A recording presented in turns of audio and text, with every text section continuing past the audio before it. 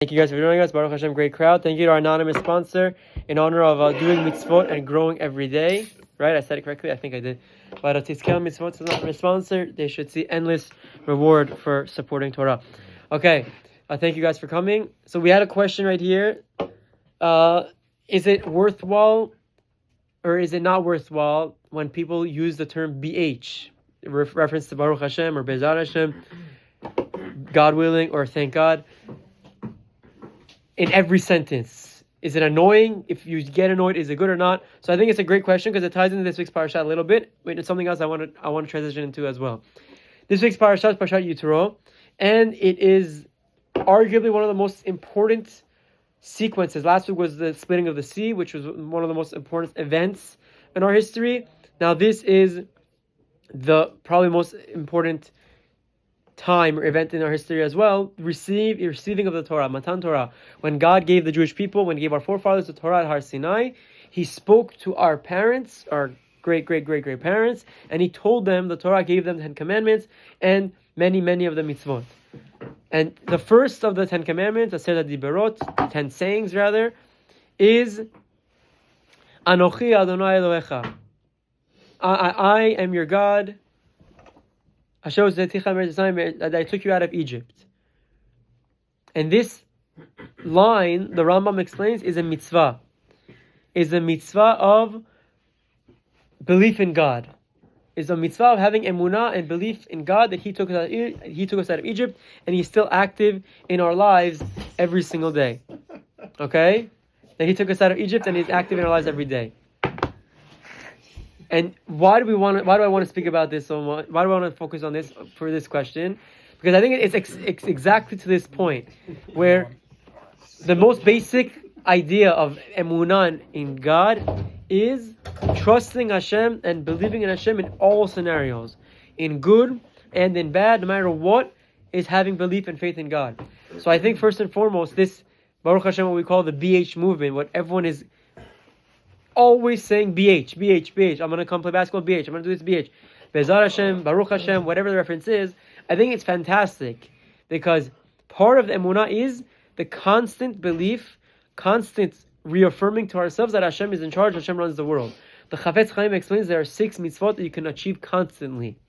Every second of the day, I don't need anything, just think and you achieve a mitzvah. Anochi Hashem Elohecha, emunah in God is one of them. Believing in God is one of those mitzvot.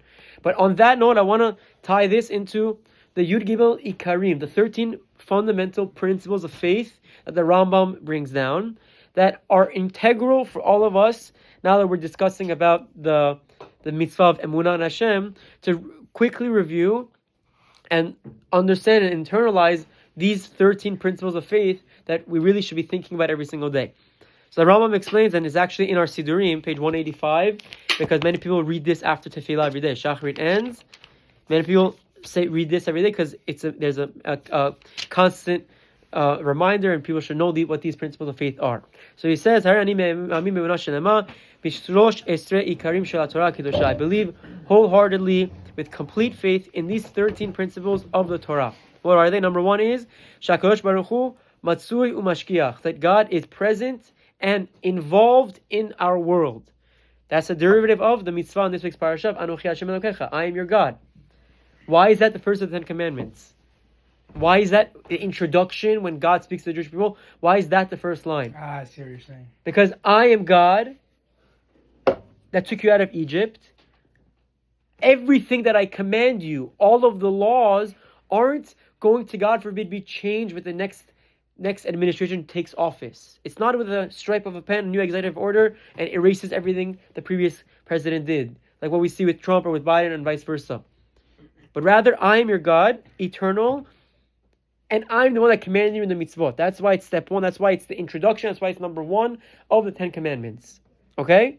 And the Rambam says that's the first of the 13 principles of faith, understanding that there's a God, He's present, and mashgiach, like a mashgiach lehavdil in a restaurant, that He's supervising what's going in the food. He's supervising and He's present and He's active in this world. It's not that He created the world and let it be, let it run and function. No, actively, every day He creates us. Every minute He's actively infusing us with life. Every second that we breathe, He's giving us life and life and life. And when He decides our time is up, He is actively stopping and refraining that pipeline of life to come into us. That's number one. Number two is Vehu Echad. Not only is there a God, but it's only one God. There aren't many gods, God of the sun, God of the moon, God of the stars, God of the earth, the trees. And there isn't, God forbid, no God. There's one God, and we say this all the time in Shema. Shema Yisrael, Adonai Eloheinu, Adonai Echad. There's one God. That's another one of our most important lines that we read every single day. So good. Number three, Ve'en lo guf, ve'en lo demut haguf. There's no guf, there's no body, nor is there an image of a body. We can't depict God. God doesn't have arms. God doesn't have limbs. God isn't a human. He has no body and no bodily functions. Now you can say, oh, the Torah talks about with His outstretched arm, ki biyad chazaka otziacha me'aretz Mitzrayim, because with my outstretched hand I took you out of Egypt. What does that mean? God has a hand. So Rambam says very importantly, it's not that He has a hand. God often in the Torah speaks to us in our language so we can relate better to Him. So we can try and comprehend a little bit what's going on. But does He have a body? Does He have an image? Absolutely not, says the Rambam. And that's one of the fundamental faiths is there's no body, there's no image of God. Number four, shehu kadmon lechol hakedumim. Lechol kedumim, not hakedumim. Shehu kadmon lechol kedumim. He is the first of everything. He predates everything. Before time, God was here. Yeah. Is there an image of God in the afterlife? It's a fantastic question. I don't think so. I never thought about that in my life. It's a great question. I don't think so. I don't know the answer to that. I don't think so. There are analogies to what that God sits on His heavenly throne and our neshamot come from that throne right under. And these are Kabbalistic ideas, but it's not to actually think that there's a person sitting there. God forbid. Yeah. No, I don't think there's a. I don't think in the afterlife, in Olam Haba, we'll see God in terms of seeing a body. Also, that place is. We remove our shell. Our body is it's just a shell that's harboring our neshama. In the next world, our body, this physical body, isn't there. So our neshamot that are interacting with one another, more or less. So that's why I don't think, no. It's a good question. I'm not sure. I don't think so. I'm pretty sure no. Okay? So for number four is Veshu Kadmon Lechol Kedumim. He predates everything. He's before this world was even a thought. He was there. How does it make any sense? Don't think about it because it doesn't. Because our brains are limited by time. God is above time. So when He created the world, He created time. He created a system of time and made us bound by this system of time. But He predates this. And He's currently here and He also comes after this. He was before the world's created. He's actively involved and He will be here even when this world is gone. So that's number four. Number five, there's no service to anything except for Him. We don't serve anything except for God. We don't serve angels. We don't serve dead people. We only serve God. And this is a very important idea. It's a very important principle. We never pray, God, for a dead person. We never pray to an angel. We always pray to God. And often we say in the zechut of this deceased, who did many mitzvot, who brought atonement to our lives, our prayers should be accepted. But it's not, God forbid, that we're praying to a human. That's not how it works. We're praying to God in the zechut of our forefathers, in the zechut of Abraham, Yitzchak, Yaakov. Yeah. I was going to say, in Israel, people go to the tombs. Exactly. They go to the graves, and that's okay. There's a lot of literature written on it. But Rav Ovadia and Rabbi Chaim explain, you go to the graves. There's some camps that say you pray to the person to take it up to God. That's even a stretch. Rav Ovadia and Rabbi Chaim say you don't even pray to the person. You pray at the grave, that the person who's buried here, whose zechuyot are here, or whatever that means, in his zechut, that I'm by his final burial spot, final resting spot, my prayer should go up to Hashem. So that's what we're doing when people go to a big tzaddik's grave. They're not praying to the tzaddik, they're praying in his honor, in his zechuyot, in his merit. We should get what we're asking for. So can they pray to the... Well, I've heard this before, that you pray to the person to talk to God. Rabbi Chaim doesn't like that. Some people say to that, but no, it's not appropriate. You shouldn't, because it gets mixed up. We don't pray to the person. We don't need him to be our messenger. We can pray directly to God, and his zechut can help us. We don't need any messengers to God. It's a great question. Number 6, Veyodea machshevot bnei adam. God also knows all of our thoughts.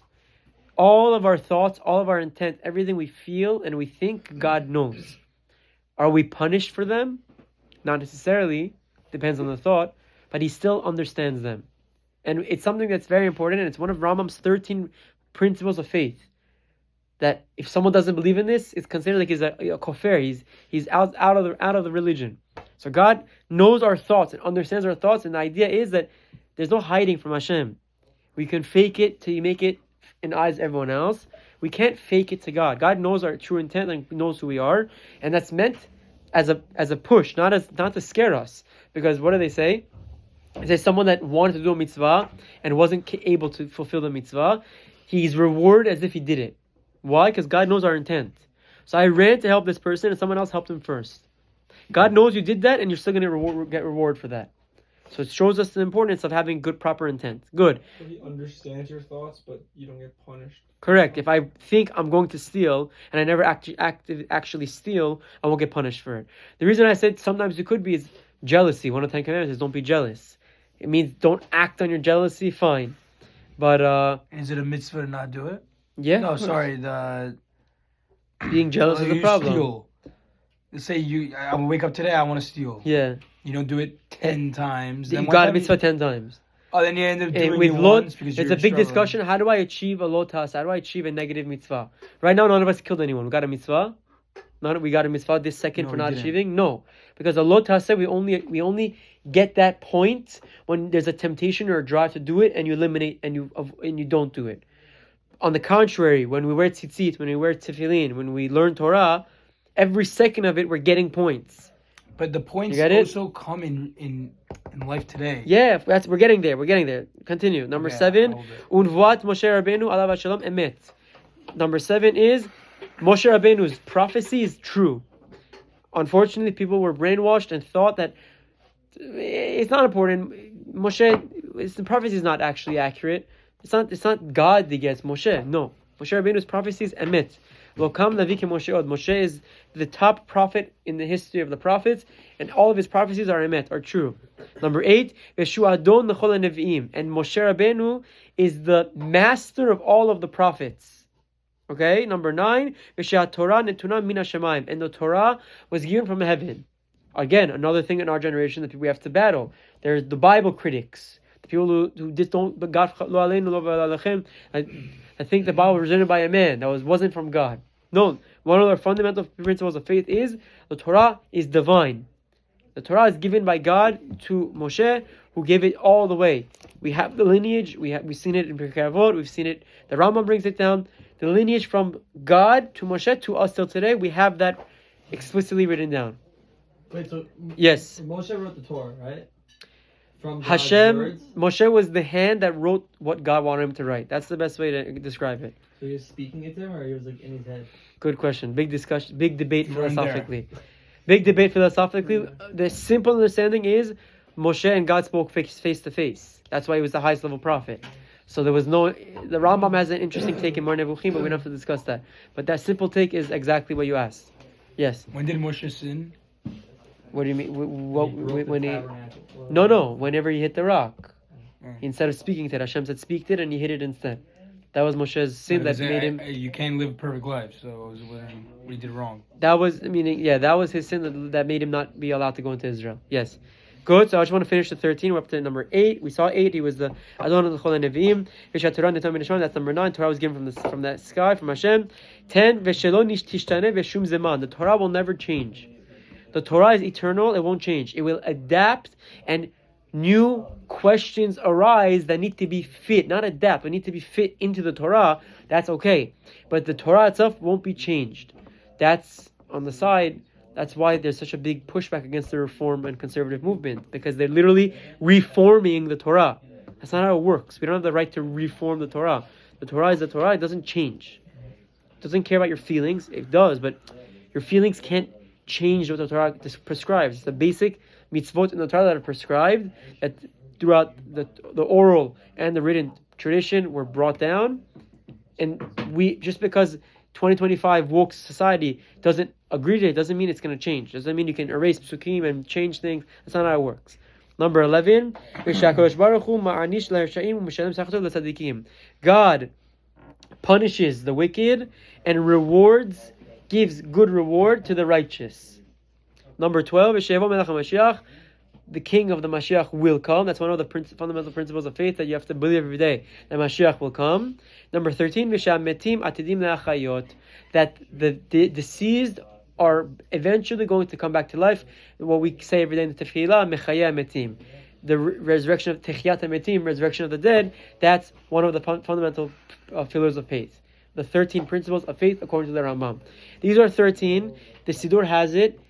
It's very important to understand these because we need to. It's a basic. It's an elementary concept, but it can be delved into and spoken about at a very, very, very high level. And for us, it's just to understand these are the principles of faith. Once I keep these, I know I'm in line. I know I'm in check. I know I'm keeping the bare minimum. And why do we speak about this? Because the first of the Aseret Dibrot is about faith. Anochi Hashem Elokecha, I am your God. I took you out of Egypt. Emunah is this. Are these fundamental principles, are the principles of Emunah, faith, but the most basic understanding of Emunah in God is that God created the world, God is active in our lives, and He cares about what we do.